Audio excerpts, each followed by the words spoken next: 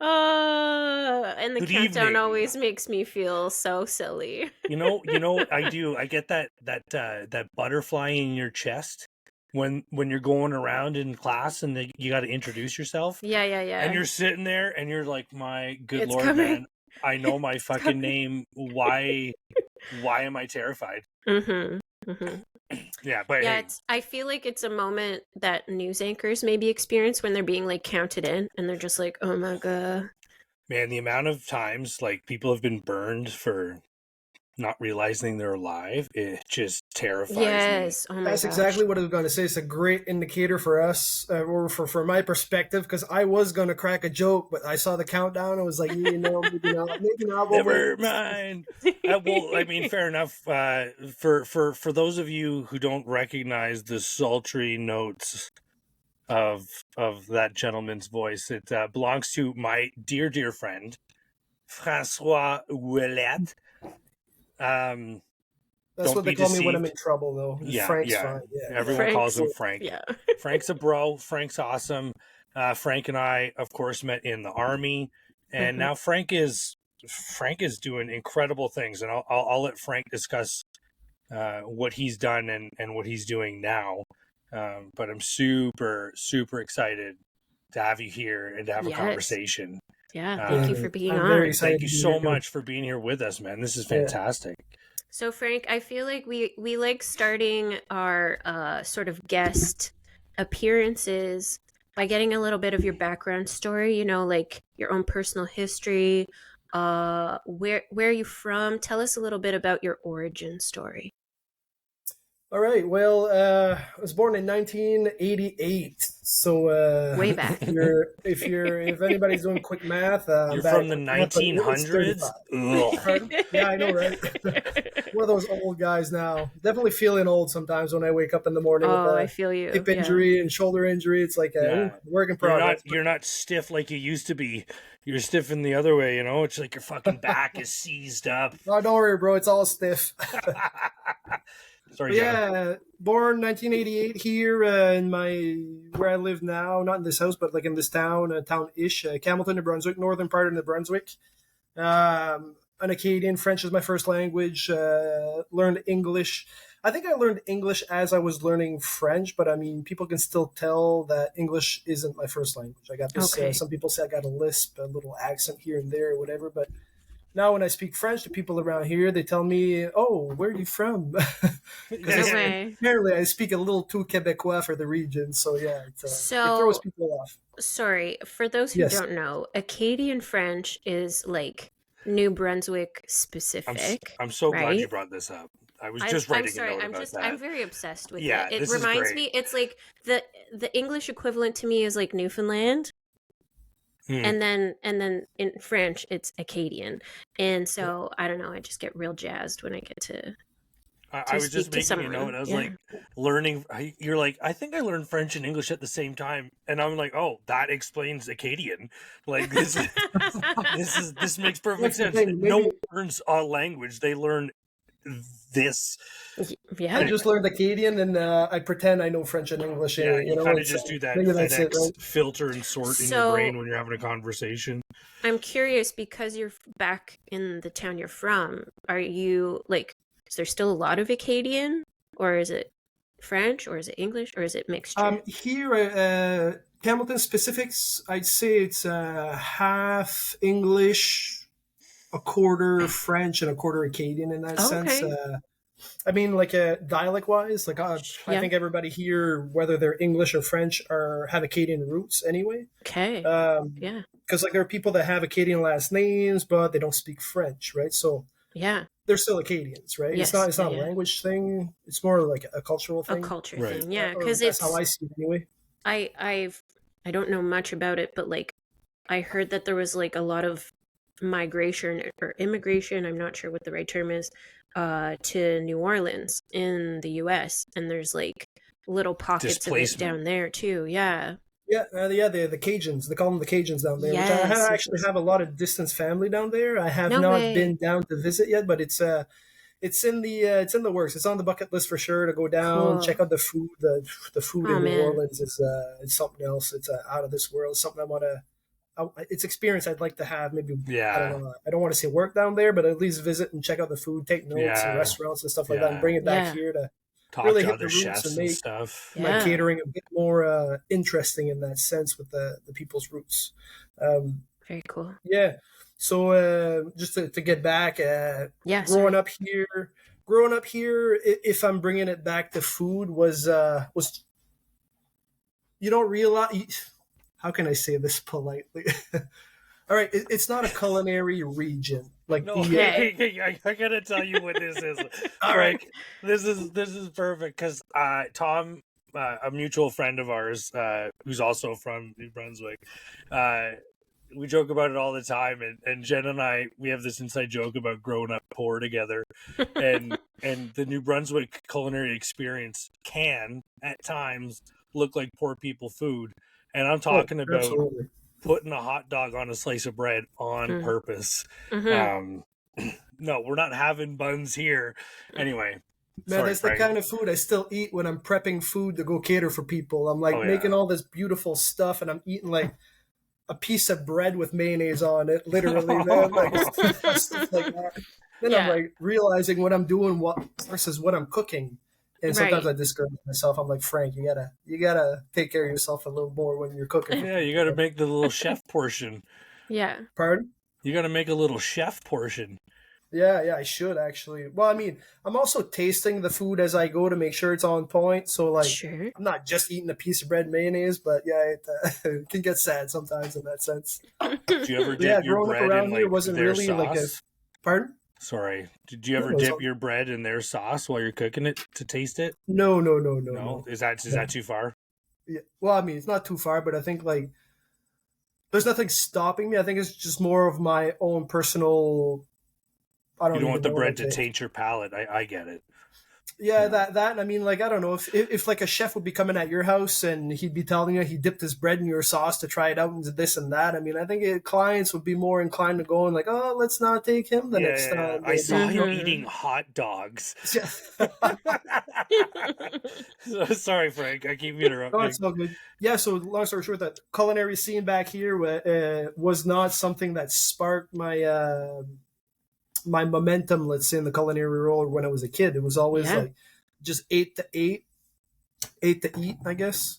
Yeah, it was- And that was it. That was Mhm. it. So growing up, it was more sports. I was very much implicated in the student council, more from like grade 9 to grade 12. I was the school president on my Jeez. last year in school. You guys, Sports mind your- wise, mind I your was a big mouth, fan okay? of team sports. Played soccer, played hockey, played volleyball, baseball. But my favorite sports were always martial arts. I mean, it comes down to Oh, individual yeah. sports, Cool. but we still Yeah. managed to play it as like a team sport in that sense. Mhm. Martial arts were big in my life, even throughout once I graduated, or my last year in high school, joined the reserves just to see like, hey, am I gonna like this army idea? Am I made for it? Well, let's check it out. Mhm. Went the reserves, absolutely fell in love with it. So transferred to Reg Force, went to RMC, where I met Colin. Mhm. And even at RMC, like I kept going with Taekwondo. I was on the team for the first 2 years. Then I dropped that and went off to do MMA classes in town.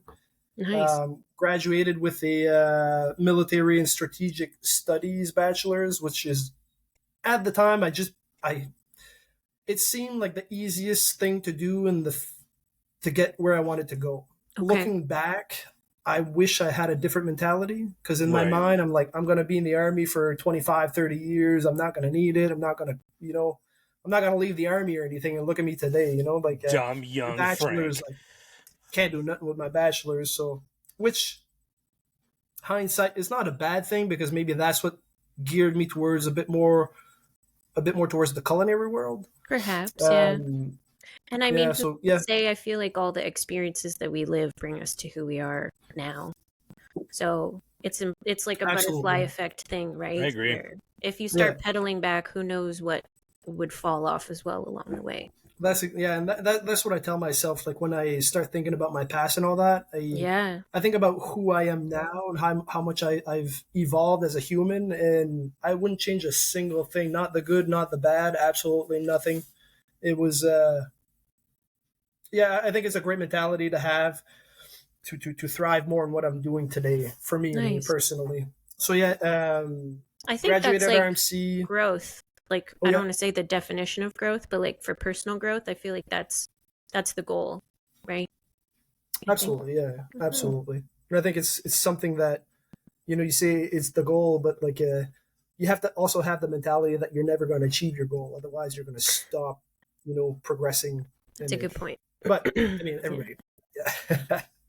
So yeah, graduated RMC, went off the battalion, did a whole bunch of stuff in the army. Total, I was in the army for 15 years as an infantry officer. Hmm. Got out as a captain, not quite a senior captain, but in the process of becoming a senior captain. I was a company 2IC at the infantry school, Hmm. and I did my DL portion of the AOC.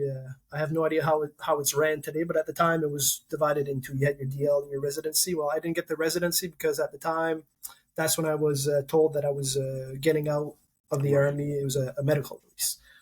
So after that went on and worked at Brewbakers in Fredericton. So Nice. that right there was my big or my first professional cooking gig. This was in Okay. February of 2020, and I had already Okay. been catering for about a year once I got to Brewbakers. So So tell I me worked under what that yes, looks like. You were catering on your own or with a company? no, just it's on my own. Nice. It's Okay. so this the whole catering thing stems back to like my my best friend from since like third grade, Mm-hmm. Jean-Philippe Leblanc. His parents are English big guy. foodies, and pardon. I said English English guy. guy. Yeah, one of the English Canadians. No, it's French. I know we've known each other since kindergarten, really, Okay.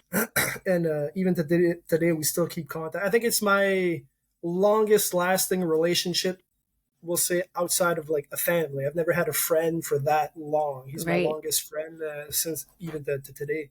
But Mm-hmm. his parents would love to talk about cooking, and I'd been cooking for like seriously for like 9 years. I say 9 years, 8 years. I started cooking when I got to battalion in January 2012. That's when I really started realizing like, hey, I like this and I can do this kind of thing. So it was all like the master classes, the cookbooks, the YouTube videos, all this like Oh self wow. teaching. Deep So dive. eventually they got wind of that and they would follow my progress. And eventually they're like, hey, why don't you start catering kind of thing? And they're like, yeah. So it was Ron's birthday at some point, and he invited me over to cook for I think there were like 6 or 8 kind of thing, and I Okay. cooked, and they just absolutely loved it. So it was very reinforcing in that sense. So yes, Mm-hmm. they set up my first catering gig actually, which were friends of theirs, and Okay. from there, well, I just kept on going, got a business license, got my courses and all that stuff that I needed, my licenses, Mm-hmm. certificates, and started advertising. So it picked up, and people in New Brunswick liked it a lot. I say New Brunswick, but I Nice. mean I've also catered in Quebec and in Ottawa as well, which was Nice. fantastic. Um, so yeah, the catering goes back to 2019. Yeah, it's a one man show. It's just myself, and today back then that's not what I did. But today what I do is I offer a 5 course meal for groups up to like 12. I say Okay. 12 because 12 for a 5 course meal I can still manage on myself, but it's more than 12 I need a waitress to come and help either do dishes or Yeah. sometimes a bit of plating depending on how intricate the dishes are. It's a it's a it's a beast of its own in that sense, because catering versus restaurant work, like I love Mm-hmm. the restaurant work because I'm there to learn, I'm there to pick the chef's brains, like it's just like, okay, Mm-hmm. give me everything you got. But then when I get to my catering, the beautiful part of that is that I get to see people's reactions on the first bites. You don't get Mm-hmm. that in the restaurant, right? So that people don't need to tell me they like my food. I can see if they like it or not. I can see the Mm-hmm. reactions. I can see like the reset in the body, and the eyes, the smile. Sometimes people just look at me going like, "Holy shit, what was that? What is that? Mm-hmm. What's the recipe?" It's no, Does that that ever right go the there. other way? It's instant gratification, right? It's what it's all about, the instant gratification when it comes down to catering like that. And it's great because I get to interact with people, right? So For sure. Yeah. I absolutely love to make people laugh and feel good. So I can combo that together. You know, I make people laugh because I'm just a clown sometimes, Mm-hmm. and my food makes them feel good because I do put a lot of love in my food. Like when I'm course. preparing here at home, like it's not when I'm cooking for myself. You know, when I'm cooking for myself, things are just they're done fast, they're done whatever. But like when I'm cooking for people, I take my time. I look at what I'm doing. It's just it's a different level, right? It's a different level of love for cooking when I'm cooking for other people. So it's interesting you say it like that, because I think of my mother-in-law, like I always say, her love language is acts of service, and her in the form of cooking. Like she loves to cook big meals, like a big Sunday meal and have everybody over, like that. She loves that. She just like friggin' lives for it. So Oh, yeah. I get the And they're feeling yummy. that that's kind of where you are a little bit too. Like if that's what brings you joy, is like seeing other people love the food you're making. Like I would dare to say that that would be like your love language as well, and like how you share this passion with others. Yeah. 100%, 100%, and I'm going to push it even a bit more. Like love, like food is my love language, but not just giving food. But if you're bringing me food, yeah, Nice. or if you're You're cooking like, for me, oh, yeah. whoa, watch Yeah, out! yeah. It means something, you know. It's and You it's know not where just it's like coming from. yeah, and you can tell when somebody puts love in food or not. It's like the first bite says it all. It's you know, was this done on the fly just so you'd eat it and stop, you know, being hangry, or was this done with love because somebody wants to take care of you? You know, it's Yeah. it's nice. Food is well, I mean, regardless people's languages, food always brings people together. You know, we can Yes. not Yeah. understand each other. You put food on the table, it's good food. We're gonna figure out how to have a great time and enjoy the food. You know, it's food's amazing in that sense. Yeah. Yeah, totally. And to your point, like the hangry factor, you know, if you are in a bad mood and somebody brings you a terrible dish, like that's just sets you off worse, right? I think anyone. Oh, But man. if you're Right, having, it if depends. I asked for the Yeah. chicken Yeah, 3 times. Oh!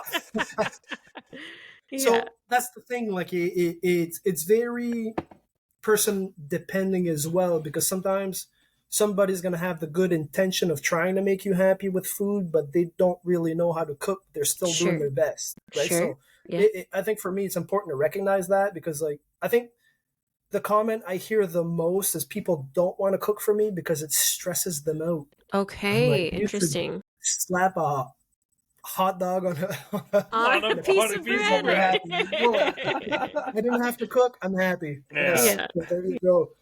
So yeah, no, it's it's a food cooking. It's quite a beast. It's a lovely So beast. you were saying it kind of like dates back quite a few years for you. What was your first sort of forte into making like a nice meal? Like, do you remember what it was that kind of like triggered it? Was it one moment, or was it just like a series of things? No, I think it was progressive. It was definitely progressive. I had to gain momentum with it, and it's once and I was gaining momentum with it without realizing, right? So it was more like Okay. at the beginning, it was more like a survival thing. Like, hey, I'm in Valcartier. At the time, my wife was posted in Edmonton, and I was just like, let's do this, you know, let's learn how to cook, kind of thing. So I had to figure out what I liked, but that again, it comes down to my childhood. I was like, okay, what did I eat that I liked when I was a kid? And I kind of Right. figured that out, and then like thought about the restaurants that I had been going to, all these nice places I was discovering, the new foods I was discovering, and all that. So I kind of that was my start point with that, and eventually I realized that, hey, I really like French cuisine. It's like, oh my god, for you know, there's a long list of reasons, but Oh my gosh, yeah. so I for sure. started looking a lot at Gordon Ramsay, because I mean, Gordon Ramsay was everywhere, the biggest celebrity chef ever, and all that. And I was buying his cookbooks and all this stuff. And along the way, you do a bit more research, and you know, you realize who trained Gordon Ramsay, Right. looking at Mr. White as well, or Chef White, and Mhm. you know, from there it was just like a Show some kind of fucking like, respect, Frank. Jeez. Can't believe you called him Mr. White. My yeah, right. God. You fucking insolent. Oh, I can't believe he's not here, man. Oh, frig. Oh yeah, he I'm I'd be done. so mad at you right now. That's okay, man. I'm used to it. Carry on. But yeah, I just developed all these courses and all that stuff, and eventually, like, I think even like within the first year that I was starting to cook, I was already inviting people over to try things, to see, and all that. And, like, I was getting good feedback, but then again, like at the time, thinking about what I used to cook for people, I'm like, did they really like it, or were they just being nice? You know, I start to doubt sometimes. Oh man, I hate that self-doubt. That's ugly. Yeah, and eventually, like, fast forward, worked at Brewbakers for 8 months. So I started off at bottom of the food chain in February, and in October I was a junior sous chef. So I was, Nice. and the only reason I wasn't sous chef So was just tell because I me, didn't have a culinary degree. this is Okay. bottom. We'll use the brim of my hat as top. Yeah, Where's sous chef? Say when. so the sous chef is the second in command of the kitchen. So- He's your warrant, we'll say. Boom. Yeah. So there was no sous chef, but I was filling the role as junior sous chef. And when I would have gotten back from getting my culinary degree, I would have gotten the actual sous chef title at that place. Okay. I was under Jay Rosado. Great chef, amazing, taught me so much, got me really ready for school. Also trained in French cuisine, so there was a lot to learn there. A lot of great things, a lot of good times with that guy. It was fun. And another guy that trained me at Brewbakers was Alistair. Alistair, he is a gem of a person. It was I had such a great time at Brewbakers. It was amazing. So December, I didn't put my 2 weeks in. The chef knew I was going at culinary school. Right. Mhm. So mid-December-ish, I kind of left Brewbakers, got ready to go to school. Mhm. Went to school at the Le Cordon Bleu in Ottawa in January 2021. No Amazing. big deal. It's a 9-month program, but I did it in 12 months because I had after thank my God. second semester, I had You were to take gonna a say- pause. I thought you were gonna say you like did Did the it in executive 6? version. Like Yeah. I did it in 6. I was like, holy frig, man. Oh my God. No, Hey, the 12 is a program I healthy took. amount of time. Yeah. Yeah. Yeah. Well, there's 3 months out of the. It still takes 9 months, but the 3 months, the 3 extra months, I had to come back home, take care of a few things, sell a house, move. Oh my gosh. Wow. Go back and finish Yeah, my that's- last semester Okay. from September to December 2021. But the program I did is Le Grand Diplôme. So Le Grand Diplôme is essentially 2 programs in one simultaneously. So it's you're doing your cuisine and your pastry diplomas at the same time. Ooh. Okay. I know So, another yeah, person who did this. She said it was like so intense. Well, you want to know what? Like that's what I hear too. And I think it's because I had the restaurant experience Ah, okay. coming in, Yes. and that I was like prepared by Jay on like French techniques. He showed me like a lot of knife skills we'd be doing, like how to quarter chickens, like all like the stuff that I saw in like basic and even maybe a little bit into intermediate. Mm-hmm. You know, it was great. It was awesome. You know, and even like I finished first in my program because of that. Probably Amazing. Yeah. it was great. It was a great experience. Like, and also like after being in the military, I found that it wasn't stressful. It wasn't stressful. Okay. I think that my stress was to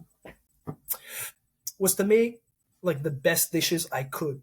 It wasn't like a time constraint. It wasn't like a pressure from the chefs. It wasn't anything like that. It was my stress was brought by myself. Right. Self-made. Yeah. Sweet. Yeah, because The like best even kind. like yeah, like even in class, like class was designed that when you're cooking, it's almost the same. It's a restaurant rush when you're cooking, right? So Mhm. I've been talking to other people from other schools, and it's not like that. They're pretty chill in class.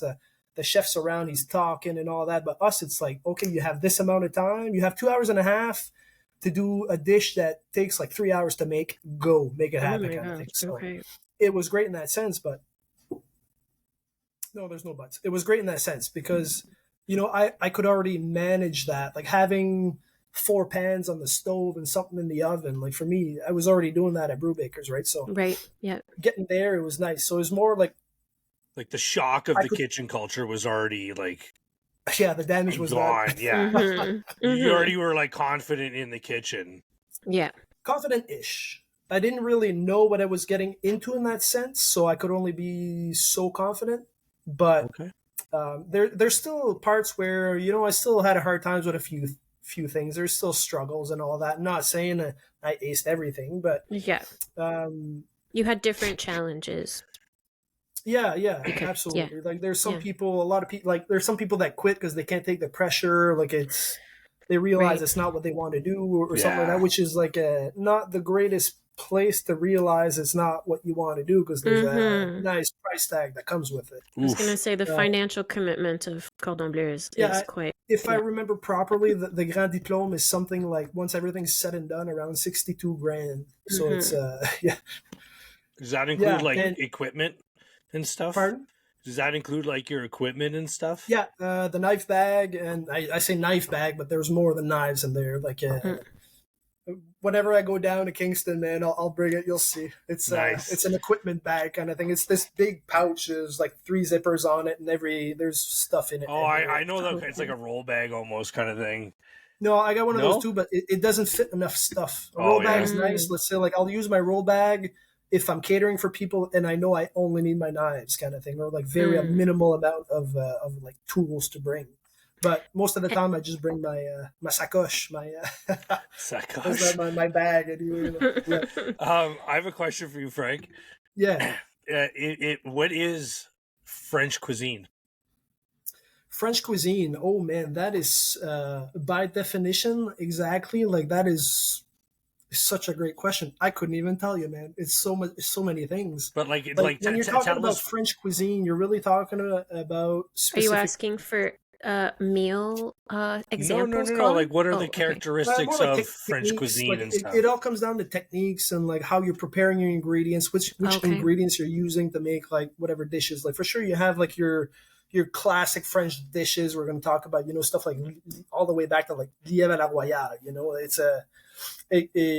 there's all these classical dishes that come out of France, but even like to this day, there's more like modern French cuisine they call it. So it's still like using mostly, I'd say, ingredients that come from France to recreate their classical dishes in a new modern way in that sense. But like, let's say like I'm gonna call it French cuisine what I'm making now, but am I quite respecting that mentality? We'll say no, because I mean I can't put my hands on like all the nice, beautiful French cheeses I'd like to I have, see. like the French lamb kind of thing. So would you? It's kind of hard It's when it comes just down to not that. like So, the authenticity is not like 100%, but you no, are. exactly. So But- like to me, yeah. it comes down to like the techniques you're going to use to prepare your food and present it. Mhm. Yeah, So- because like in my mind, I don't think unless you go to a restaurant that does only that, it only makes sense. But I think most chefs these days are just picking and choosing from everything that they like about different things and putting together these incredible Yeah. flavors and stuff. Yeah, it's hard to find a restaurant that will just specialize, we'll say, in like Italian cuisine or like French cuisine or whatever. Sure. Especially like, I'm talking specifically for New Brunswick, we'll say, Okay. because we just don't have the population to accommodate like specialties like that. Like even going at the store, like even if I go to the store here or the store in Moncton, like you're not gonna find foie gras anywhere, man. You gotta know who's who, and Excuse who me, does can you help what me find the to foie cook. gras? The what? That'd be incredible to watch. All right, yeah, that's great. I love it. So yeah, it can get kind of rough in that sense to recreate specific French dishes. We'll say. Okay. You gotta sometimes I gotta find the second best thing and like modify it and just call it whatever instead of French Mhm. cuisine. Sometimes. Yeah. So there's a bit like some substitutions and whatnot happening so that you can.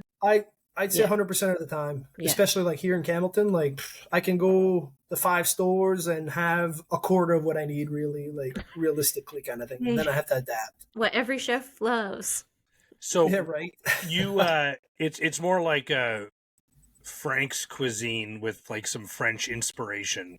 really. Oh yeah, I just call it Frank's Kitchen. Frank's Okay. Kitchen. And when Nice. you say you offer 5-course meal, do you choose the courses? Do you offer the clients a selection, or do you let them choose what they want? All of the above. So wow. every menu is specific to the group I'm going to be cooking for. It's never the same menu. I don't have set menus. So I talk with the clients, or like a client, whoever's like in charge of the group, or contacts me. And from there, my first questions are dietary restrictions and allergies. Right. So I take that into consideration. I want to make sure everybody's having a good time and everybody can eat everything that I'm offering. So from and they're there, not going, no, I got to pick this out of it or whatever. Yeah. Yeah, exactly. So from there, I create a menu, like a proposal menu, and I send it off. And from there, we readjust. Nice. That's pretty cool. If we need to, or if that's they're pretty happy. neat. I like that. Sorry, this is just like giving me, reminding me, I should say. I watched that really trashy show. Below Deck. Yes. Below Deck. You got to be a chef on a yacht. You got to be a chef on a yacht, dude. And yeah, you'd crush that. Well, they all have to do crush that, a lot. right? Like that's part of their thing when they're setting up to purchase all the food that they need to last however long this charter will be. And so, sorry, it's just reminding me of that. Like it's the same sort of. You're employing the same. Yeah, they do exactly thought that. process. Same concept. Yeah. What was the What was the question? You answered the question. Totally forgot what the question was. That was it. Yeah, yeah. It's just like it's an open conversation between you and your clients to make sure that everyone's having a good. Yes, exactly. Yeah, and from there on, like, actually, I have a group on the 9th that I'm very much looking forward to.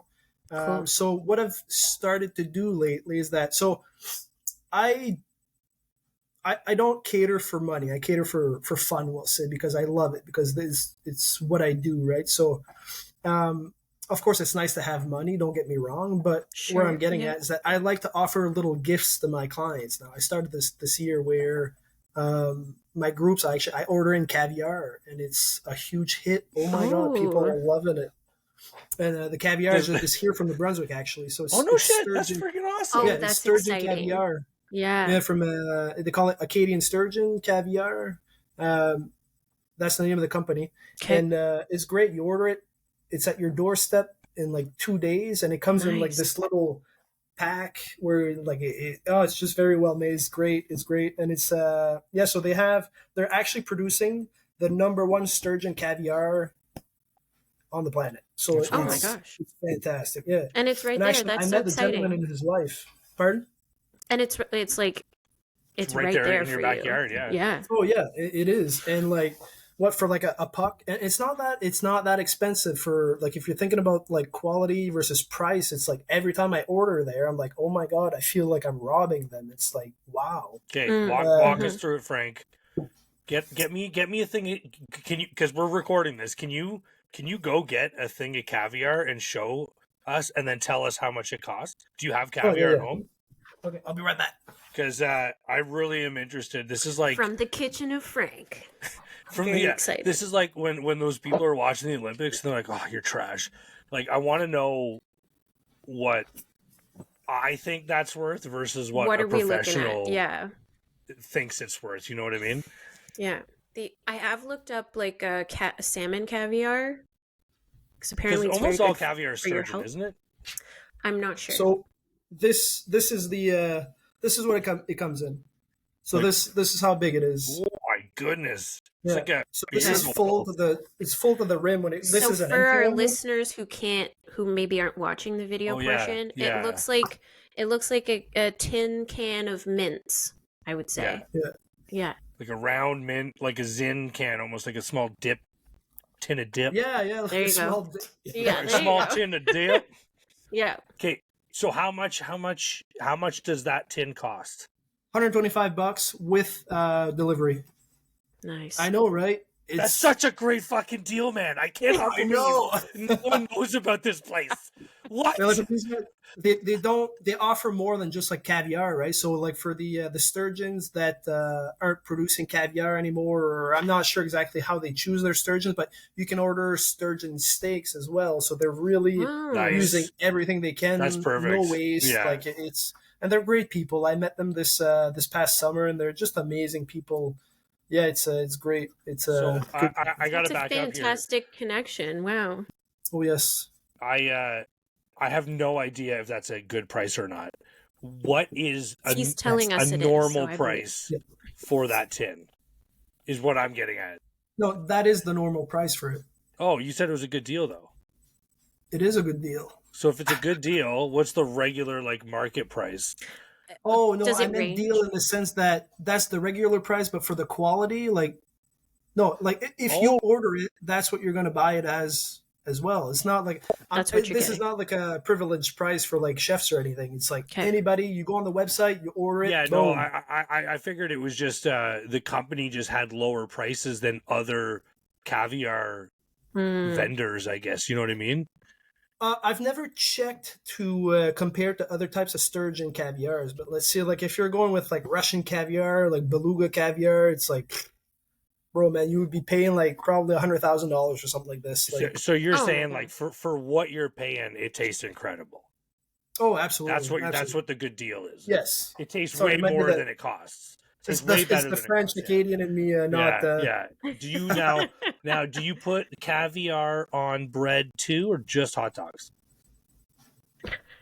well, No, I've seen a lot of people, like I see a lot of people, yourself included, on TikTok. A lot of chefs prepping meals that they eat, and I actually really enjoy watching those ones because they're quick snapshots of how to prepare what yeah. look like super simple meals. But real food probably. Yeah. yeah, and I'm sure the background is way worse. But they always, I see this one guy always puts it on like the little piece of his hand here and eats it off his hand. I'm like, Caviar bump. okay, well, like if Caviar that's bump? but why is it not going up his nose then? Okay. Yeah, Name of the episode.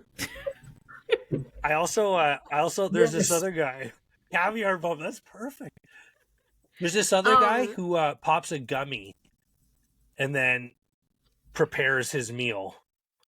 Oh, like He okay, eats a gotcha, THC gotcha. gummy and then Yeah, prepares yeah. his meal, and it's like kind of like his de-evolution into stoner cooking. It's pretty There fun was stuff. there was a girl, a woman, a young woman who used to do a drunk kitchen, I think it was called, and she would Oh, drink wine while preparing meals, but like a heavy glass of wine to start, and then she would be like refilling it as she went, and it was the same sort of thing. You was just she that watched her blonde get lady? I more can't. intoxicated. Anyway, Now I want to look it up, but I can't.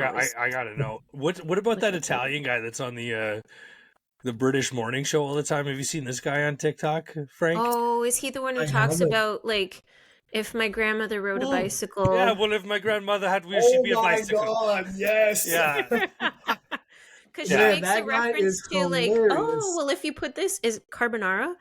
Yeah, it's almost, if you put ham in this, it's like a carbonara. And he goes, yes. And if my grandmother had wheels, she'd be a bicycle. Yeah. Yeah. It's so funny. Man. Yeah. There was a great one. He and his buddy But first go. he does this. Yeah. Like he's like can't grasp that she actually said that out loud. He's like, you know nothing. You know nothing. Oh my god, yeah. Oh, it's funny the things I see sometimes on TikTok people make, and sometimes I feel like there are some people that make videos specifically just to trigger chefs. It's like you can't. They're just trolling. Yeah, it chef has trolls. to be. Like, sometimes I wonder, like, is this person actually serious right now? It can't be. Yeah. I actually lived They're like, with a we're guy, making a and gourmet meal. You're like, no, it's wrong. I lived with a guy, and you know him, and I won't name him here. He's just a good friend of ours, but it's not my business to share his name without his permission, you know. But he and to the other friends I've already name dropped, that's fine. I don't talk to this guy regularly. There's the difference. I see. Okay. He got so mad at us. Like when I make craft dinner, mac and cheese, if I'm doing the box stuff, I drain the noodles. I put the noodles back in the pot. I add the butter, the milk, and the powder, and then I mix it all up. Okay. And this guy fucking lost it. He's like, no, you got to leave the noodles and then you got to put those 3 ingredients in the pan alone and make the sauce. I'm like, it's the same fucking thing, man. I mean, yeah, Like, you you get do to the whatever same the end fuck state. you want to do, man. Like, I just I can't that's the believe thing. some There are no people are rules. so. There are no rules when it comes to food. Really, that's the thing. Like, when people say, "Oh, you can't do that," I'm like, "Where's that written, bro? Where's that law?" I mean, let me do what I want. Let me express myself how I want on this dish, and just chill. Just eat it after. And if you don't like it, don't eat my cooking anymore. That's all. That's all. So, yeah, no, like, I have a similar experience, but in the world of floral design. I worked for a very brief moment at a flower shop, and I was taking an inquiry for a wedding client, and she had this vision of like mixing wildflowers with like dried flowers, and it was at the beginning, like, I know not a lot of people know like the trends of wedding flowers or whatever, but dried I know I do, product. but for everyone else, let them know. Yeah, Colin's up on it, but for everyone else, like dried product is like so hot. It's like dried palm leaves, dried flowers, all like preserved stuff, so that anyways, it's hot. And she Is was this like pre-cooked potpourri essentially? Like, I it's guess, just not sliced and diced yet? in some ways, yeah, I suppose. But this woman was like at the precipice of this trend, and she was like, I want to mix fresh wildflowers with dried stuff, blah blah blah. And I was like, this is amazing. I think this is a great idea. So easy to do. And then the manager that I was working for was like, no, that's impossible. You're gonna have soggy dried product, blah blah blah. Just like, you can't do it. And then she went elsewhere for her business because obviously, and I do that all the time now. It's just like, where was it written that you can't mix this together? I just don't understand. I thought you meant like you tell people they can't have what they want. No, oh my god. Yeah, no. I was like, that doesn't sound like you at all. Unless we're playing Catan, and then it's very much you. Different person. But yeah, I totally get it, Frank. Like, I feel like there's just, in the world of creative stuff overall, whoever said you can't do that, I think has just always been proven wrong historically, because there's always somebody who is gonna do it anyways, right? So here's a good question. When it comes to a lot of the time, it comes down to like ego. People have egos, and they're like, they recognize it's a good idea, but they're in denial about it, kind of thing. So they just let. I don't know. I don't know how to explain it. It's more of a feeling I get when I hear that. But it's I feel it stems down to like, it's just ego, where people are like, I'm smarter than you. You can't have a good idea if it's not my idea. Like, in the kitchen world, anyway. Sometimes it's like that. It's a lot. They're like intimidated. Yeah, it's getting better and better, I find, with like the stories I hear. But let's say back in the day in the kitchen, you wouldn't suggest a dish to a chef, kind of thing. It's big no. I was thinking, but like on the flip side, this summer I worked in the St. Andrews at the Kingsbury Garden, and the chef was actually like, "Hey man, come up with a dish. We're putting it on the menu," and I did, and it was a blast. Is it? Like, that's exciting. It sold out in 3 days. Which St. Andrews are we talking about here? New Brunswick. Oh, okay. Not Scotland. No, never been to Scotland. No, I was gonna be like, why didn't I hear of this, dude? Like, I know we hardly ever talk, but this is critical information for your best friend on the wings. Yeah. I've Jenny, you said something, and it was the flower thing. I can't remember what it was. I don't know. Colin, I want you. We're gonna interrupt our beautiful conversation with Frank for a moment. Bless you. Yeah, no, I totally forgot. Hey, before I think we should lead into this on a humorous note. Frank, I have a question for you. Is junior sous chef really just assistant to the sous chef? Like, are we just mincing words here at this point? It depends. Like, in the way it was used when I was there, it was just terminology. Okay. Like, I was the sous chef, but since I didn't have a culinary degree, I was a junior sous chef. Right. But let's say some restaurants will have so much staff that they'll have like a junior sous, a junior sous kind of thing. So it all depends on the crew and how it's implemented. Right. Like, I guess each kitchen's different, I guess. Yeah, exactly, right. So it always comes down to, are they even following the brigade system or not in the kitchen? Oh yeah, Right. actually, So they're watched just following like a hierarchy of what your Exactly, yeah. role So is. like the Yeah. brigade system actually stems back to like World War I from August Escoffier. He was a chef, also drafted to go to the in the military and all that stuff, which like he invented a lot of things. Like he is the grandfather of the French cuisine. Like he is French cuisine in that sense, and he also Nice. invented like a food preserving, like in a canning. Like he brought a lot to the scene of what we still do today. And the brigade system is one of those things. He brought that back from the military and started implementing it. So he found that kitchens work a lot better that way because it wasn't free for all, everybody doing whatever they want, the lack of respect in that sense. And another thing that he did that was amazing, which I absolutely love, is like more of like a production chain when you're doing high volume kind of thing. right. So let's say if Yeah, you're doing a meal, I am just doing potatoes on the dish. Plate comes potato, yeah, plate like the potato, team plate potato. challenges on Next guy. Master Chef. Totally get it. I'm right there Yeah. with you. And we That's actually awesome. did stuff like for the weddings and the events we catered this summer. This is how Chef Han managed it, and it worked fantastic. It was so fun. I think out of this past summer, I think weddings and big functions were my favorite because they were just so different atmosphere, different beasts. You know, it resembled a Yeah. bit more of like a catering instead of like a restaurant work in that sense. Yeah. Very Just even much. all the way Yeah. down to like food preparation, where we would just like all prepare food kind of thing together, and it was great. It was I learned a lot with that this summer. It was fantastic. That's That's awesome. great. And that was like a bit of like dipping your toes into larger, well, I know you've probably done larger groups before, but like focusing on such a large group because you're Yeah. saying like Different the mindset. majority of your catering, These groups were like 140, 160 per group kind of right? thing, you know. So Yeah. Yeah. So Yeah. then, Hey, was, you know what I can't yes. help but notice is how much creative energy it must take to put together the meals that you have to put together. Jenna, Yeah. sorry, Frank. This is a thing I'm trying to do. Okay, right from the top. Take it away. What was my line again? What? I said from the top. Never mind.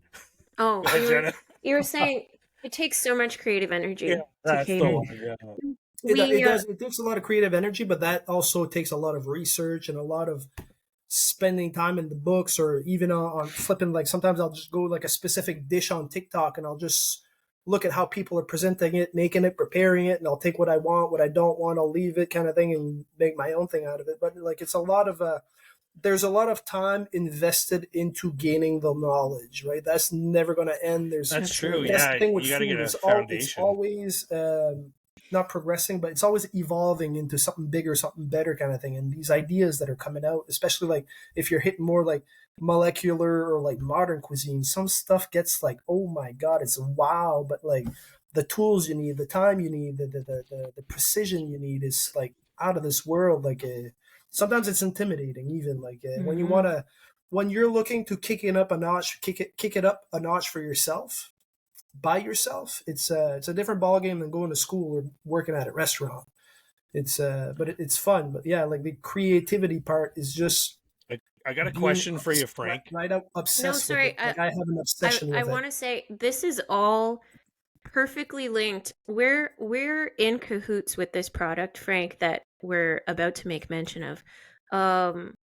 That like everything you just mentioned just now is like what we have discovered this product helps with. And Colin knows better than I, but yeah, it's called Magic Mind. It helps creative people, and it helps you stay energized. And it replaces traditional energy drinks. And Colin can speak to us about it a bit more. Yeah, but it really does work. It's like this tall. It's a little shot. It's a little energy shot. It's not chapstick size for those of you listening. Kind of thing, but it's got all great ingredients, clinically tested, professionally sourced and endorsed, which is a really big thing. The people who are experts in it not only offered it as a solution to the problem, but also put their sort of vouchership behind it. And the cool thing is the owner of the company. This is kind of ties right into a question that I have for after this, but it was the result of a problem he had. So he developed this as a solution to a problem he had, and it's great. It's a great way to stay energized and keep your brain refreshed without having to worry about caffeine later on in the day or those post-coffee jitters. So you can go to magicmind.com/WeMadeIt and use and get, what's it, 20% off or something? So it's get 1 month free if you sign up for 3 months right now. And yeah, I just feel like that it speaks really well to what Frank was just saying. Like, there's so many like different needs for needing energy, and as we said at the beginning of the episode, we're not getting any younger. So oh my this God, might be no. something that we need more and more. But yeah, and I also I made mention of this last episode, but I really like that they support mental health efforts. Right, Percentage of all the sales go towards mental health supports, and so I feel like that's really important as well. So yeah, thank you for allowing us to mention that today. And yeah, so this is kind of an interesting question, and it's more like a philosophical thing. We were talking earlier about perspectives on types of cuisine and how sort of culinary innovation is often a result of breaking those rules or breaking out of those norms and kind of things. And I was just wondering, like, we talk about the value of breaking the rules as a form of innovation. What if there were no rules? Do you think there'd be just as much creative innovation? Do you think with regards to food, you mean? I mean, just like as in far the as world, cooking like goes, as or far in as the world? creativity has to go, like where you're looking for people to think about, I don't know, a culinary example, like sliced bread or whatever, or like the potato chip, like accidental kind of things that broke the mold. The or gummy bear, do you think that was made on purpose or by accident? I have no idea. But if people didn't have that rebel attitude that, like, don't tell me I can't do this, I'm going to do it even harder now. You know what I mean? Like, or how can I do this differently? Yeah. Do you think do you think we'd be as creatively energized as we are without rules? And I guess my question is like, do we still need those wieners to be like, nah, that's not French cuisine, you forgot that, you know what I mean? Like, I think like the rules are there just as a guideline, not necessarily something to follow. They're more there to like help you stay within the boundaries of calling something, right? Calling Italian cuisine, or French cuisine, French cuisine. Otherwise, like when we bend the rules, we just call it a fusion. That's it. You call whatever a fusion, and the chefs are like, oh yeah, cool, right on, but if you call it French cuisine and there's like a fusion in it, they'll be like, oh, you sure about that one? I so, like, see. you can just éviter, avoid. Man, what's that? Avoid. Thank you. You can just avoid that by calling it a fusion, let's say in cuisine, or like. But I think like it's a great question, because like I think it could probably be seen like in two ways, where like you got these people that when you tell them you can't do that, they listen, they shut down, they stop talking, they're like, yes sir, I cannot do that, you're right. Yeah. And there's that other crew that's just like you said, like, oh yeah, watch me, and they'll do it even more, kind of thing. So I think like even if the rules weren't there, I think these people would still step up and like be like, okay, well, watch what I can do. Yeah, you think that like everyone would kind of fall into that natural hierarchy anyway, and just let people tell them what to do. The only rules I follow when I'm cooking are like health and safety rules. Yeah, for sure. Other than that, forget about it. There are no rules. Yeah, that I do the same thing. Pretty valid. Except for unless it's on the HelloFresh instructions, then I kind of follow those rules. I want to pivot. Sorry. No, wait. Speaking of HelloFresh, I would love Frank's take on this sort of thing, because that's a great idea. Meal boxes. I think HelloFresh is great. I think every single company that offers this kind of product, because like it helps people to get into cooking or get out of it in a sense. But even if they're trying to get into it or get out of it, they're still learning and doing it, right? So whether you like cooking or not, if you don't like cooking and you're ordering HelloFresh, you're learning a heck of a lot more whether you want to or not compared to looking at a video on YouTube on how to make mac and cheese, we'll say. Yeah. Right. So like, 1,000%, especially with those, you keep the recipes. So if you want to make it again, like down the line, you can remake it kind of thing. Plus, like, eventually, I don't know. I think people get comfortable enough, or I hope they do anyway, where they can start making these HelloFresh meals without the recipes, or eventually just open the box, put the recipe aside and go, hey, let's see what I can do without these guidelines. Let's see if I, and then they can compare to the recipe kind of thing. Interesting. Yeah, I have one more question. Question. Sorry. One more question before I want to pivot to something else. This is a question that's been driving me nuts because I can't find an answer anywhere.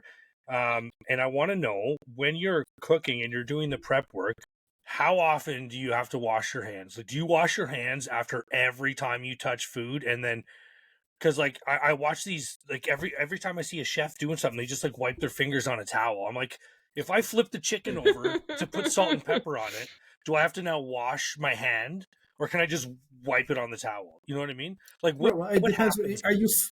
Are you flipping the chicken over with one hand, putting the salt with one hand, flipping it with that hand? Like it depends, right? And that's the thing. Like, it comes down to like judgment, right? So if you're like touching proteins and then you're going to touch vegetables, yeah, wash your hands. But like, let's say,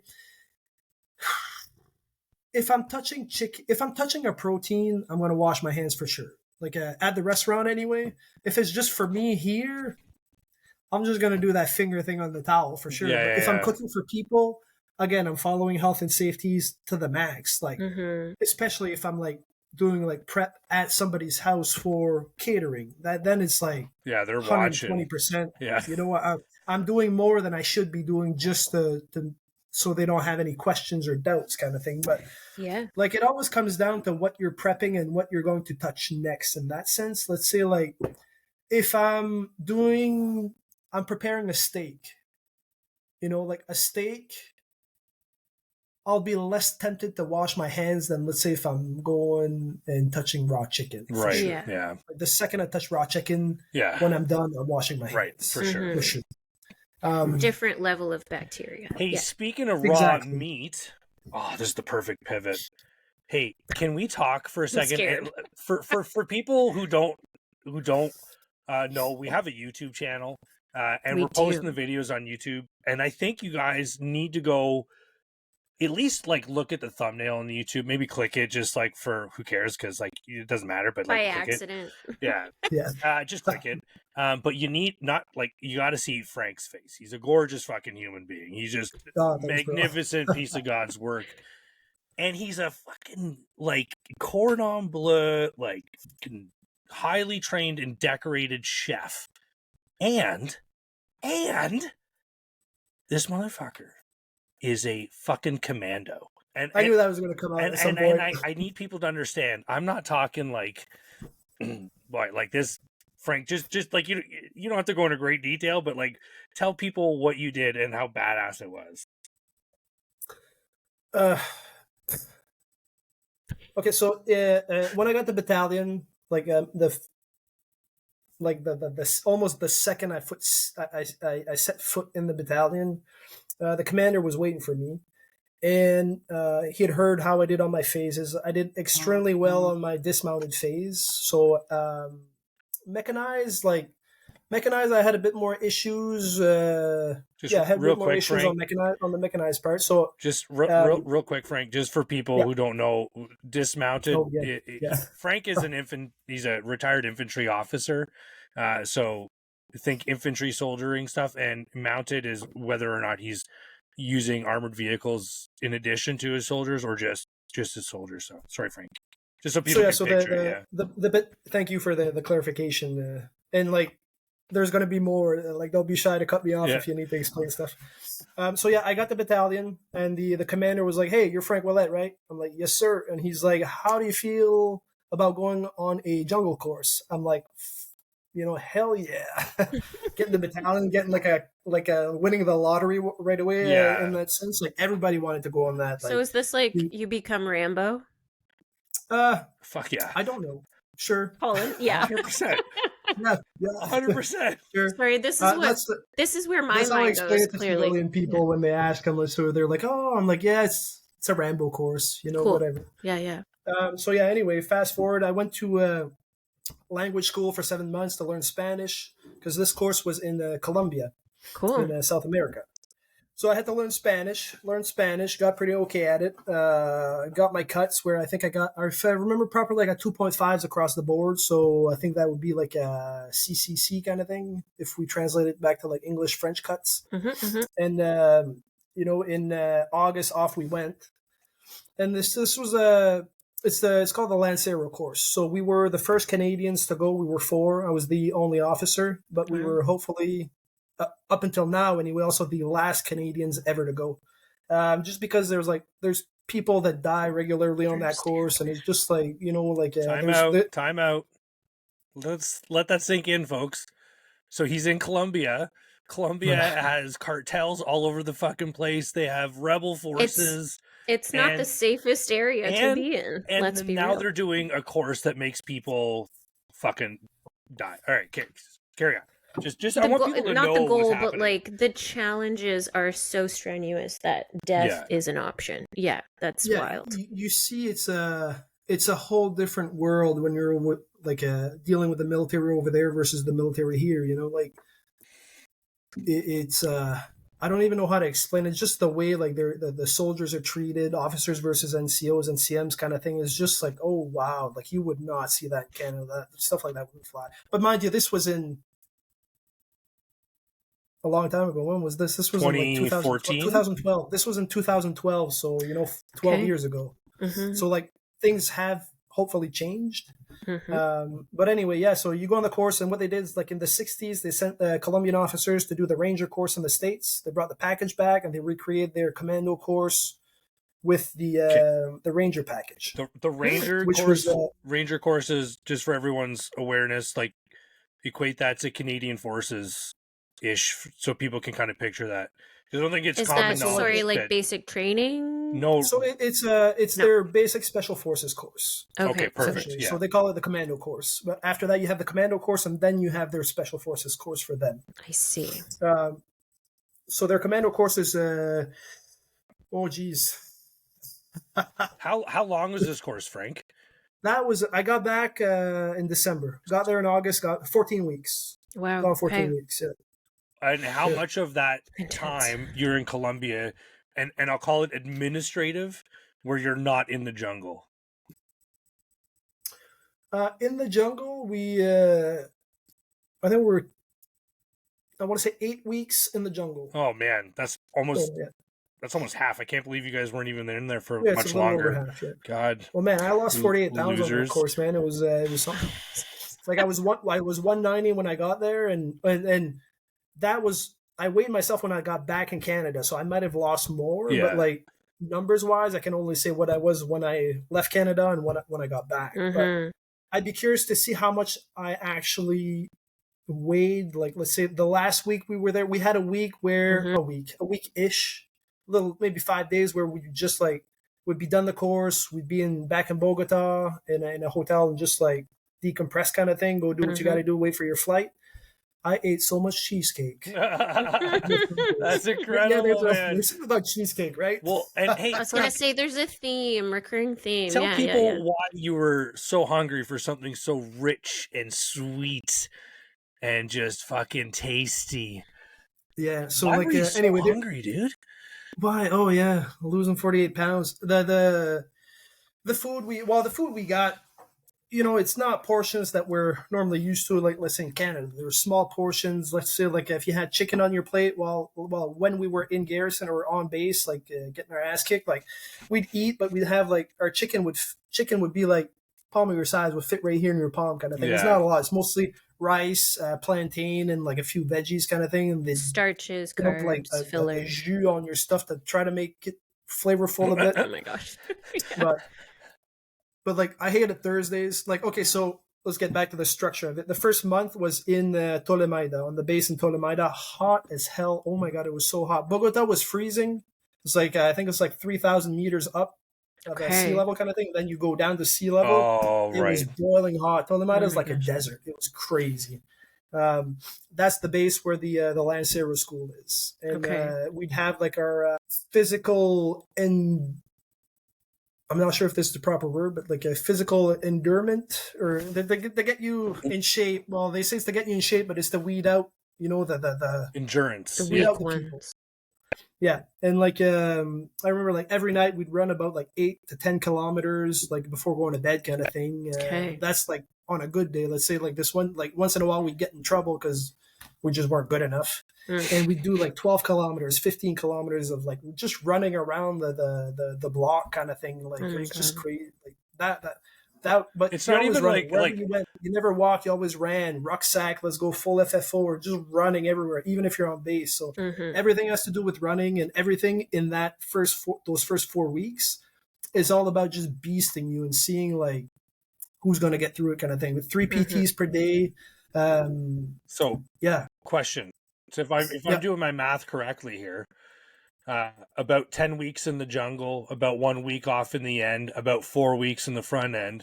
So those first 4 weeks, you're sleep deprived, you're malnourished, you're calorie deficient, and then you go and spend 10 weeks in the jungle. Let's call it 7 weeks. Let's call it 7 weeks. But still, like, you're not going in there well prepared. But still, yeah. Like, Yeah, no. you're just being No, 'cause, deprived like- for longer. Like, Yeah, you didn't go You're- into it like at your peak, like at your utmost Oh, best. absolutely not. No, Yeah. no. Oh my god. Yeah. And like the jungle phase is actually it's like the last module of the course, so like it's and it's the hardest as well, Mm-hmm. obviously. Save the But best. anyway, for last. anything and everything had to do with like beasting you and like breaking you to the ground. Like it was it was something. But like a thing that was really nice was that the unarmed combat portion of it was Taekwondo, and I'm a second degree black belt in Taekwondo. So that right there was my time to shine. It was Yeah, great. you were that's like, so I fucking. did really good on the Como swimming. estas, bitches? Yeah. Like they kind of picked up there during the classes that I never told anybody, but like they kind of picked up I knew what I was doing, and they put me against this huge Brazilian special forces guy, man, and like we're finishing off like the unarmed combat portion and all. These are like this is like the last night of it. Mm-hmm. And the guy, as soon as we start going, just punches me straight in the mouth, right in the teeth, man. I was like, What the fuck? shit. I just looked at him and I just went like, oh yeah, that's it. And then he was like, oh, it's like, sorry, man. It's like reflexes. I'm like, yeah, What whatever. reflex? Like, come on. Anyway, hey, so in the Yeah. jungle, what did So you sorry, do in the I jungle? would just like to my brain just did this thing where it realized why you going into a kitchen and working as a chef is easy breezy. Yeah, Because Well, compared to this an experience past like summer was that, not easy breezy though. that's past summer intense. Oh, okay, interesting. Okay. Yeah, but focus. but we jungle. Well, I'll get to that later for sure. Jungle. Yeah, sorry, back to jungle. Jungle focus. Yeah. What happened in the jungle, man? Oh, that stays in the jungle. What Oh. happens in the jungle? Yeah. Ah. No, essentially like so we had all these modules leading up to the jungle and all that. Like even like jungle, just our insertion to the jungle was a 42-kilometer march with a 120-pound bag. So that it was nice because they gave us like a half an hour break at like midpoint, Oh. so we could change our socks or whatever. But bro, when I got in, I like rechanged my socks and like I could see where my heel was. My sock melted. There was no more sock. I was just raw dogging my boot in there, man. Like it was literally Raw melted. dogging my Like boot. Oh my! I don't know if God. that's the proper term. No, but anyway, I feel was like just it works. I think people understand. Anyway, so like I'm very fortunate because I've never gotten blisters on my feet from ruck marches or boots or whatever. I think I owe that to like all the martial arts I've done in my life. Like I got ugly feet because of that. But anyway, they're tough. But yeah, so like the jungle was more like the first bit of it was more like on teaching you how to survive. So there was a lot of survival challenges, let's call them, that were very not fun, but at the end you learn how to survive in the Necessary. jungle, and it's Yeah. just because that's what the jungle is. It ain't fun. And I remember like eventually we had all these challenges, and again, you're in the jungle, but like if you're in the one of the camp, we were like on the camp before heading out to the actual patrolling portion and all that, but like you still ran in the jungle for like 8 kilometers kind of thing in the morning with your army boots. It was there was a lot of these challenges, a lot of swimming in the Amazon rivers. Like man, Oh fuck they brought that! us. No We fucking crossed, way. Are you serious? we crossed a part at some point where there were piranhas. You could see the piranhas in the Yeah, water. but- I was but, gonna like, say, it like, was- there's some stuff that will I'm eat not you in worried there. about the piranhas as much because I know in my mind that they're not the problem. But Yeah, but yeah. like you can't. It's water that I can't see through freaks me the fuck out. Yeah, you're always taking a chance because in that sense, because you don't know what's water's dirty. It's all there's nothing It's clear just about like it. fucking. Like, you should Mhm. see There's me like try to electric swim eels out in there. past seaweed. It's fucking embarrassing. Yeah, I touched an electric eel, man. At some point, it was like just touched it with my finger, and my whole arm went numb. Oh It was my Oh crazy. my God. god. Yeah, Yeah. but Holy that shit. was for a challenge, like a challenge in the jungle. So like, I'll get to that too. So anyway, we had all this stuff where you're always running, even in the jungle. You're running, you're doing these challenges, and it's always like it gets crazy. And once we got to the survival part, it was like 4 or 5 days of survival. So every day you had like different challenges or whatever. So the first day we were individuals, so they brought us at our respective locations and all that. And I was starting to build my shelter, making my fire because you have to get it going through the night. You can't really sleep because when they come and assess you in the morning, they assess you on the how good your shelter is and is your fire still going, right? Mm. And I remember there were vines on the trees where I was, so I was like pulling the vines off. So I was like wrapping my wood together and all that stuff, making my shelter was going great. And at some point I had pull on a vine. There was a big ball of dirt that fell on my head. It was a big fucking ant nest that was in the trees. Well, I had ants I was getting eaten alive. It was crazy. Oh. I hate ants today. Like, oh my god. And like we've seen all the types of ants. So like at night, that's the thing. Like at night, you're like your fire's going and all that, and all of a sudden you're looking around, grabbing stuff. I'm still like making my shelter and all that, and I realize I'm like the ground's. I'm hallucinating. I'm like, holy shit. Like in my head, I'm like, I'm not that sleep deprived. Why am I hallucinating? But then I looked closely because I could see the ground was moving. Those were all ants. There were ants Oh my everywhere. God. Ants everywhere. Like they were eating you. Or I was always like, in the back of the neck was the worst. Right. You take them off and like the heads would stay in. You have to take the ant off, then rip the head off. It was like Yeah. it was. So it on was top something of that at some point, yeah, on top of the insanely like just fundamentally difficult aspect of the course, you're Yeah. also dealing with these incredibly impactful annoyances like fucking like I've walked with heavy things on my back before, and I've been tired and exhausted and wet, and when bugs get on the back of your neck and they just fucking stay there, anything gets in and it's rubbing, it's just fucking just the worst. It's so annoying.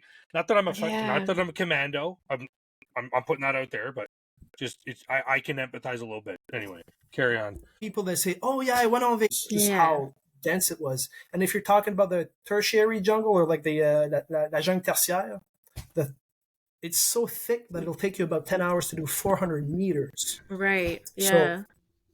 Because you're like- just it's- clearing a path that whole time, Yeah. basically. Well, Yeah. you're clearing a path, and you still got mountains in the jungle and stuff you got to go up. Yeah. There's like you're sliding everywhere. Then these like flash floods you got to watch out for, and like you got to Yeah. go in with the mentality that everything in the secondary jungle wants to kill you, right? All Yeah. the bugs, all the trees, like a lot of the trees had like big spikes on it, and they're poisonous or they're venomous, I should say. It almost sounds like Snakes, everything, the ants, like it's crazy. So like on top of like the hardship of the terrain and like the nature of why you're there, there's everything that's working against you as well. Mhm. Like there's a guy that had just a little scratch where it got infected Oh. like crazy, had to get evacuated off the course kind of thing. There's like Oh my gosh. there's a few of those where like there's another guy that caught something. I don't know what it was, but like around his mouth started to get all like scabs and stuff, and I was just like, oh, not looking good for you, man. That's the worst case Yeah, of mono I've yeah. ever seen. Oh, that Oh sounds my So God. we started off Cold story. 75 and we finished 21 good on the officer's side. So that's including and on the NCOs, I think it was like I want to say 120 something, then they finished 70 something. So the attrition rate is pretty high. I mean, That's a lot of people. It's like there's a guy that died, but he was on the NCN's platoon, not on the officer's side. Oh Well, my I God. mean, I say that confirmation. I think there's an officer a Colombian officer that died at some point. They just didn't tell us. He just like got super injured. Where like, well, yeah. Anyway, yeah, we never saw him again. Never heard of him. So I'm pretty sure he also belongs to the kicked the can jungle at some now. point. Like yeah. So like, no, there's a lot of stuff. Anyway, you're going through the jungle and all that, the survival portion, and then like on like every day of the survival, you're doing these different challenges. Well, at some point they had to evacuate us because there was just too many ants. Like a kilometer square grid was evacuated because it was just a huge ant hill. Good it was Lord. just ants everywhere, and we were just getting eaten alive. Like we were like waiting to get evacuated. I remember we were just like climbing rocks to be on top of rocks so the ants would just stop eating us. But no, they would just come off the rock and eat us. Anyways, yeah.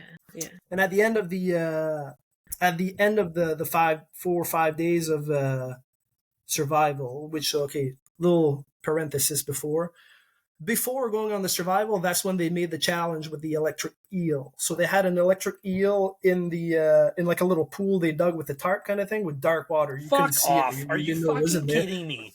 It couldn't just be a clear tub of water, so I know it. Like I can just like anticipate it coming. I don't know where this fucking head is. I don't know where its ass is. Like, so the thing with that, it was officers against NCNs, and whoever could get the eel out completely out would get to eat during survival. Because like you weren't allowed to. That was 4 days where you were not allowed to eat. You were not allowed to drink anything other than what the staffs gave you, which was about 500 milliliters of water per day and electrolytes in it. That's it. You couldn't eat food that you found, like rip a snake's head off. You get kicked off course.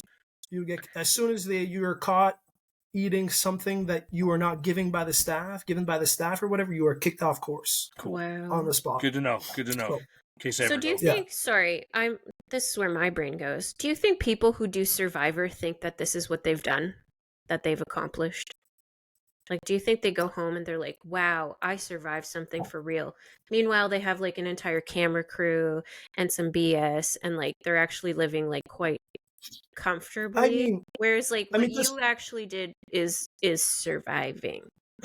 Yeah, but to a certain extent, you take a civilian and you put him on Survivor. It's like taking a military guy and putting him in on a course like that. If you're, I suppose, yeah. Because like just on a regular basis, you're so preparation. uncomfortable in the army and getting your ass kicked and getting yelled at. Like not all the time though, but I'm generalizing. But you know, it gets to a point where I don't know. I think like some probably do, and some are probably humble about it.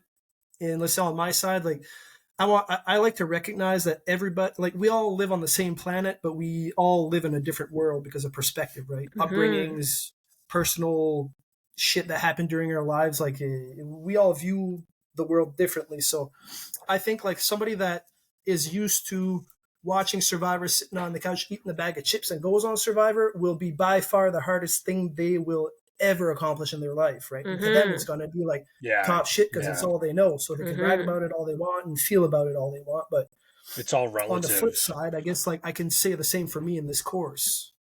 Okay. So I think like it's not a comparison in that sense, but it's more like I think some do and some don't. It depends how awake they are with the situation. I see. Yeah. Yeah. Yeah. So anyway, like we got at the end of the the electric eel. Oh, I forgot about the eel. Yeah. Oh, you forgot, or you pushed it out of your mind? Fucking tiger. Yeah. So yeah, the eel. It was NCOs against officers, and one of the officers got it. It was like the Colombian version of the Marines, I guess. He was on the course as well, and he got it out. So what we ended up doing when they what we got to eat was that day they were showing us like they had like people from like a tribe that was there to show us how to sacrifice like animals, like let's say a goat, a duck, a lot of different types of fishes and a bit of stuff, just like to expand on the survival part and like you know, this is how you do things. And time out. Fish were, sorry, this is part of the course, so that because you're not allowed to do that in the jungle, they still need to give you that knowledge.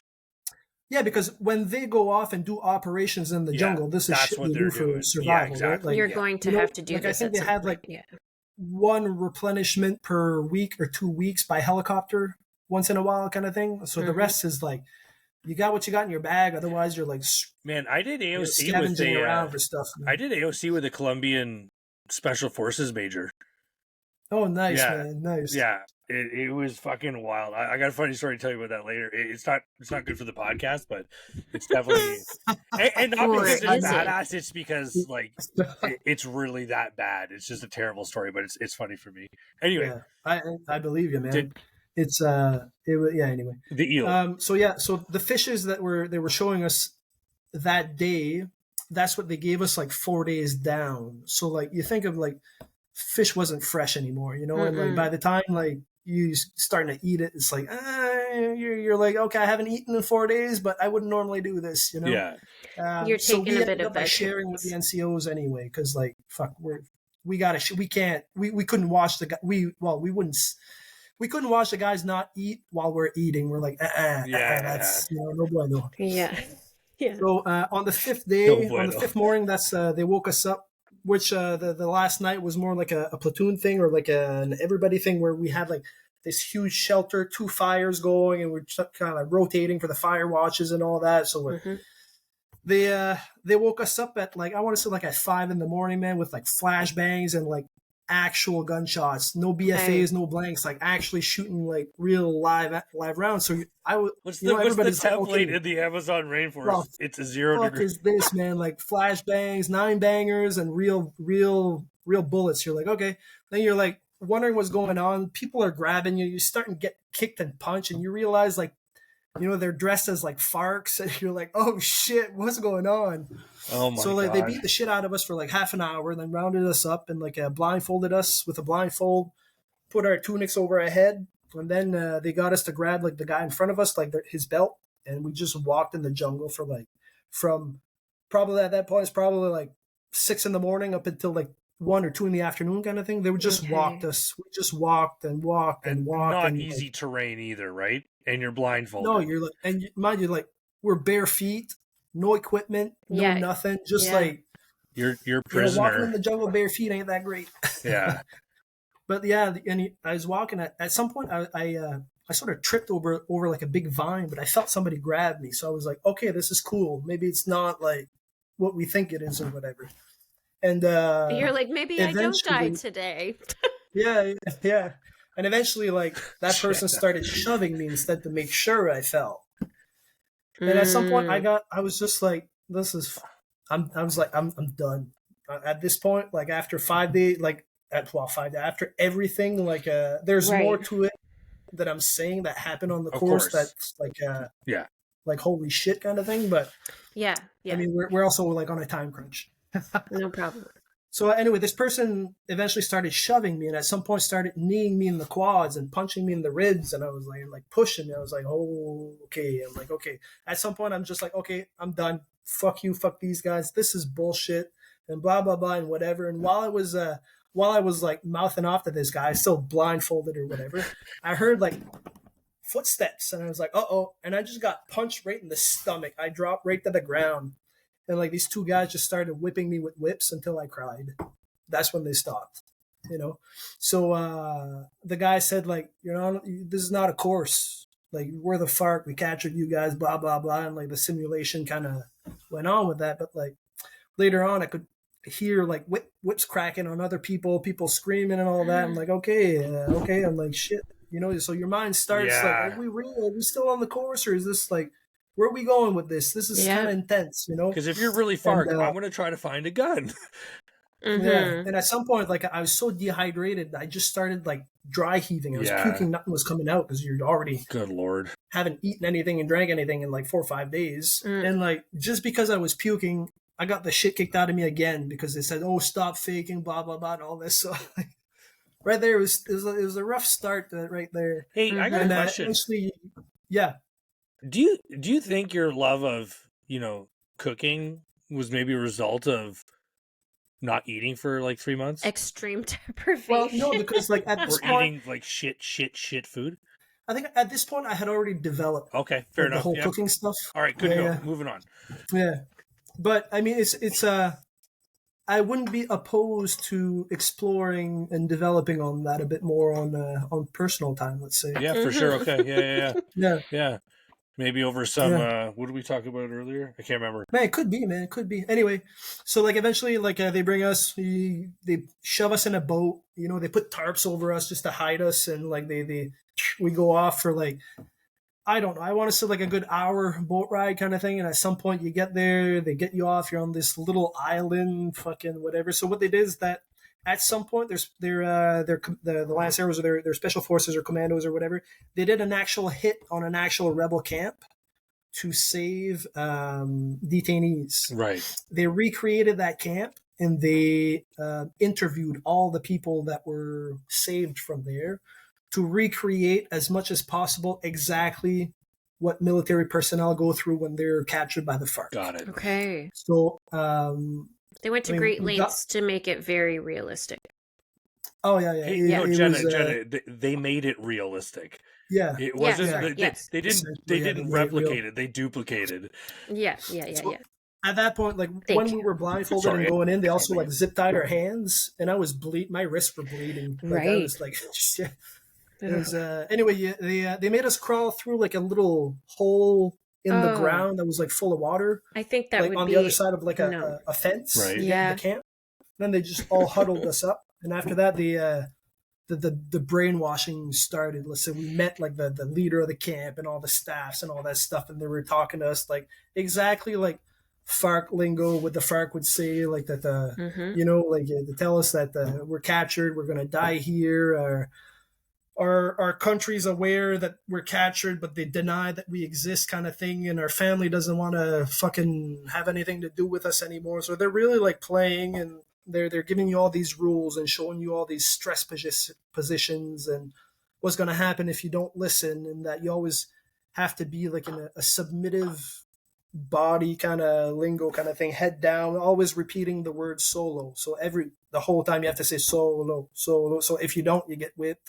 So essentially on that camp, as soon as you did something wrong, you got whipped. It was like the whips wouldn't break skin, but they'd leave like big fucking purple welts.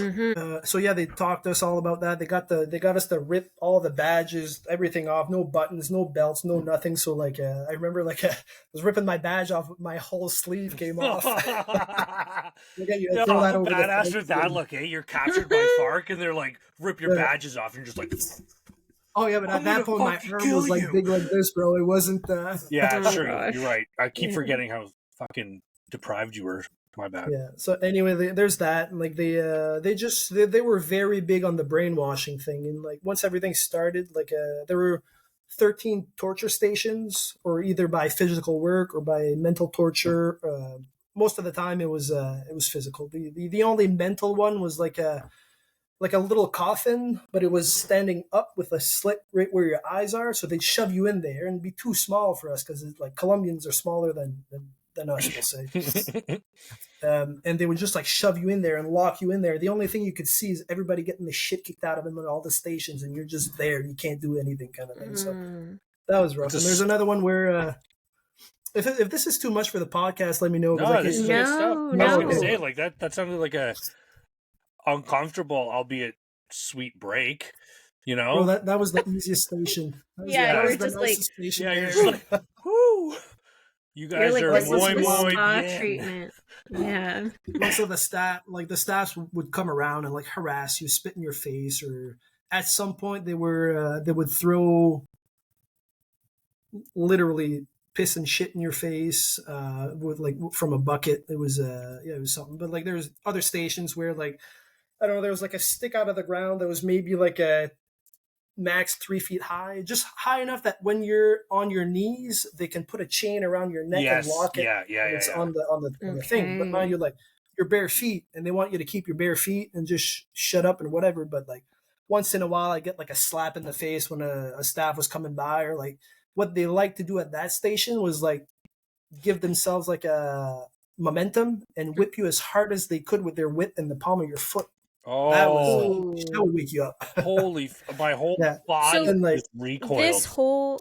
This scene, of like this happening, Yeah. how long is this 24/7 or 24/7 for 3 days, 4 nights, or 3 nights, 4 days kind of But thing. you Yeah. didn't know that Four going days. into it, did 4 you? days. Pardon? Did you know how long it was going to be when you went into the scenario? That's what I thought. Yeah. Nope. Yeah.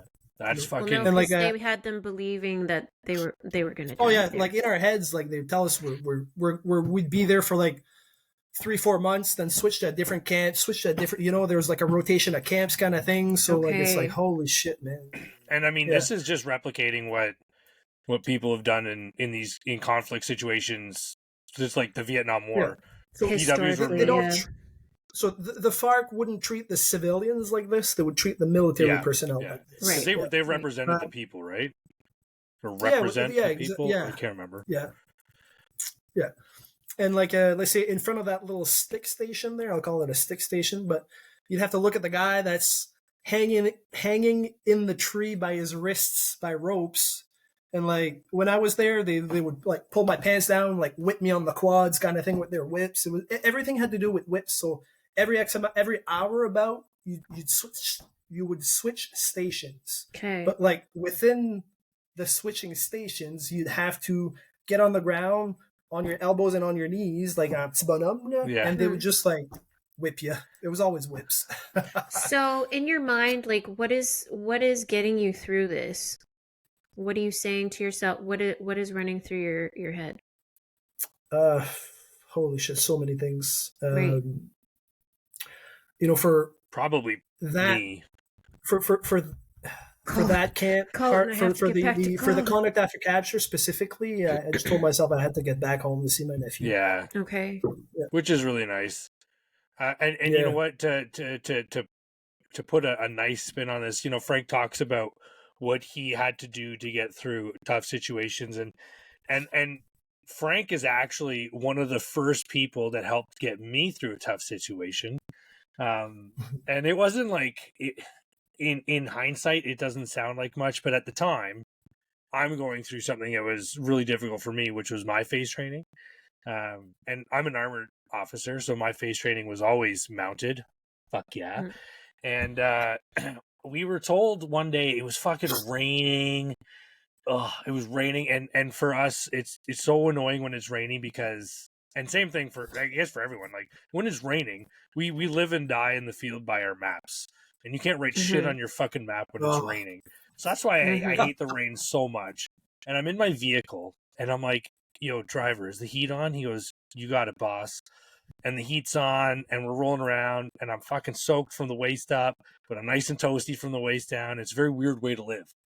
And I'm just trying to get through the day. It's fucking Gagetown. Everyone hates it. And we were told we all had to pull over where we were in the training area. And this just happens on the radio, so it doesn't matter. They just said, "Hey, there's some infantry guys running around. You guys need to just hold tight." And we got to let these guys go through. Yeah, just so that there was no accidents, right? Like, we're not the Colombians. We're not going to let someone die because they got run over by some fucking half dry, half wet moron. You know what I mean? Oh my god. So I'm sitting there just like fucking standing in the rain. I hated being on course. I absolutely I despise, like, I won't say despise. I didn't like the way courses work. I don't like the way things happen anyway. And I just really hated being away from family and friends too. Like, that was a huge part for me. But I'm standing there and just fucking, I'd say commiserating, but no one was with me. My fucking driver can't see me.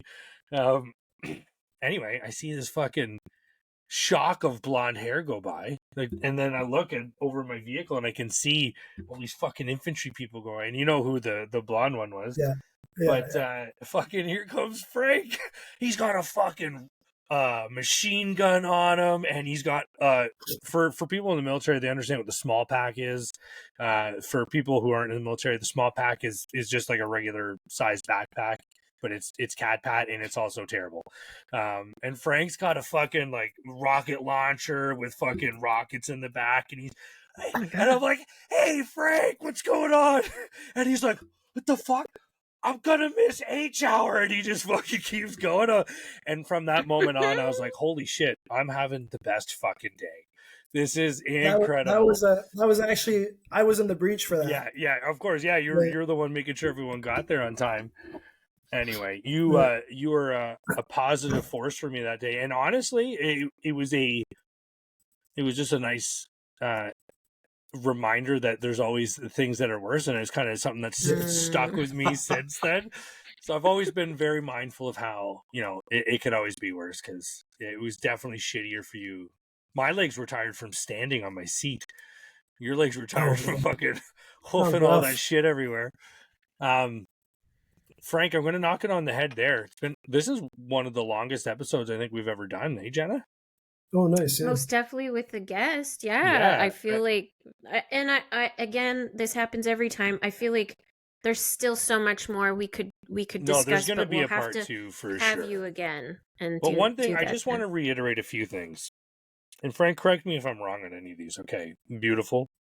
Check. Kind soul. Check. Chef. Check. Commando. Check. Single. Check.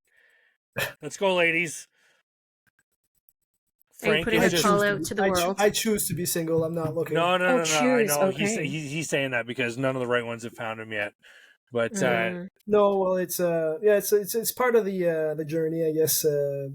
Especially since sorry, getting back. I want to be clear here. That wasn't meant to point out the fact that you're single.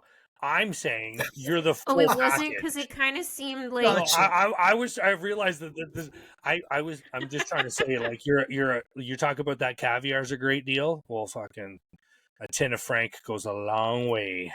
Gotcha. Thank Colin, you. As always, a hype man to all of your friends. I don't keep company with people that aren't the best. Do you know what I'm saying? There you go. I don't. So Frank, tell people where you're at, what you do, and if they want to know more, how they can do that. And or if they would like you to cater for them. Yeah, because we got people all over the world that listen to us. Truly. Sure. I got that. Well, I got a website. It's ShayWellysCatering.com. You can contact me through that. My Instagram is frankskitchen.tv. I think my TikTok's the same. And my Facebook, I just use my personal Facebook to throw stuff around. Where I'm at, northern New Brunswick, but I have gone to Moncton a few weeks ago to do a 12-course meal for a group of 4. It was fantastic. That was fun. A lot of work. It was my first time cooking a 12-course meal, but it's just to say that, I offer 5 courses, but I'm also up to doing like 3 and whatever, I just offer 5 because it's something new, something people aren't. A lot of people say, "Oh, I didn't know that was possible." Exactly, that's possible. Of course, yeah. Yeah, so I cater normally for a 5-course meal. Like I say, I do groups up to 12, and it's $100 per people. Person, but I bring caviar, I bring champagne, and we have a blast. Jenna, we got to get him. If you come, because these guys live just down the road, like an hour and a half. So Jenna and Jordan, yeah. Oh, where do you live? We're in Port Hope. Do you know where that is? Oh no, I don't. I don't know where Port Hope is. So if you were to drive Oshawa? east from Toronto, it's about an hour. Okay. Oh, okay, gotcha. Yeah. Gotcha. Okay. So like an hour and 15 on a good day from us. So if you come visit, bring something. We'll have you cater for us, and then I'll cook for you because I need you to experience when I come visit. My flavors. Yeah, absolutely. Hey Frank, listen, I want to thank you so much because I know you're in New Brunswick and it's an hour ahead for you. So from the bottom of my heart, thank you, because it's super late for you. You got to get your beauty sleep because obviously that takes work. And I just want to say thanks. Awesome that you're doing your catering stuff and you're out there, you're fucking figuring it out and you're doing what you want to do. And I just really admire that. So thanks for coming on and sharing that message with everyone. I really appreciate it, dude. Yeah, man, thank you guys for having me. This was awesome. I had a blast, and I'll do it again anytime. Man. Fantastic. Looking forward to having you again. All right, and to our listeners, check out frankskitchen.tv. Shay Welly, his name is Acadian, so it's Ouelly. Shay Welly, not Welly. That will take you to the right website. I will I'll make sure all of those proper links get added onto the episode description, and so people can easily access. All right, the guys, info get there. over to Frank's Yeah. socials and blow them up, and we'll talk to you next time. Right now. Toodles. Well, thank you very much. See you guys. Have a good night, guys.